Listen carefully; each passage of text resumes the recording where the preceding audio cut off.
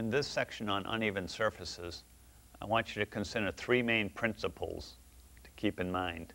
One is that the lighter your front end is, the straighter the chair will go. Because the back wheels are parallel, if you took all of the weight off the front wheels, then the chair will do nothing but go straight and follow the pattern of the back wheels because they're fixed.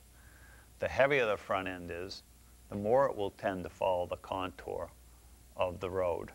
So if you want to follow the contour and make a turn, put more weight on the front end, the front wheels will drop that weight and follow the road more. The other thing is the amount of speed of which you traverse a slanted surface affects how much that surface has bearing on the chair. If you go across a slanted area in 1 second, you'll have 1 second of effect. If you go across that very slowly and take 10 seconds, you're going to have 10 seconds of gravitational effect pulling you off to one side. So the faster you go across a section, the less effect it will have on the wheelchair. When it comes to reading uneven surfaces, you have to make several decisions. Basically, how fast you want to go and where you want to go. The slower you move on an uneven surface, the more that surface will have an effect on your wheelchair. So if we go slow down this little hill,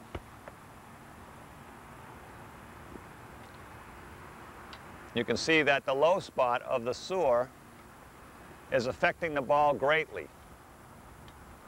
If you go a little bit faster with your wheelchair, you'll find out it still has an effect, but not as much. And if you want to follow the road, put more weight on the front end, and you'll begin to follow the road more.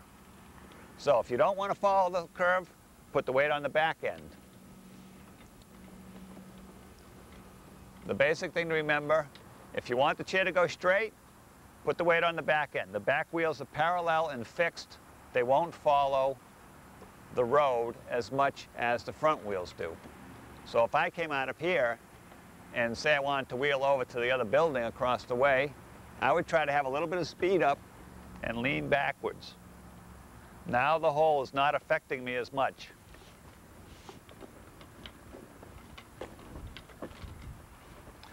And you're making it up the hill.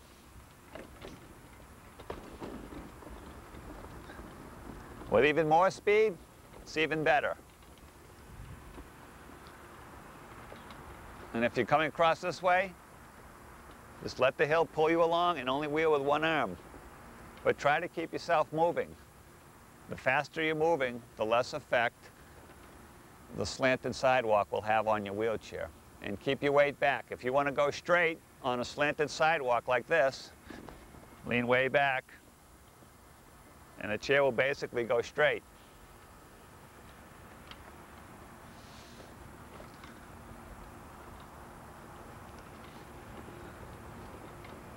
When it comes time to wheeling on grass or soft surfaces such as sandy soils or anything with it's going to slow you down, carpeting, one of the big tricks is to keep your weight on the back of the chair. You want the front wheels to be light and not falling in every little nook and cranny as they go along. So the main thing is just keep your weight back and you'll be fine for wheeling around on soft surfaces.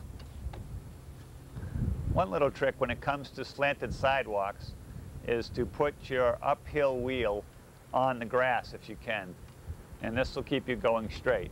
Now I grant you this sidewalk is not very slanted, it just happens to be the best we could find here on this campus. But if you can keep your uphill wheel on the grass, it'll help you not have to fight the downhill pull of a slanted sidewalk all the time. When it comes time to making decisions about wheeling on uneven surfaces such as this street, you may want to think about trying to wheel on the crown of the road. If you stay here on the slanted surface, you can see that the chair is always going to be falling off to the left. And so you're going to have to fight that. And if you're going a long distance, it's going to add up. You may want to think about getting on the crown of the road, putting a wheel on each side of it, and then leaning back and letting the road actually help you. You'll go straight because one wheel is going to the right, one wheel is going to the left. So it can be very helpful if you're going for a long distance.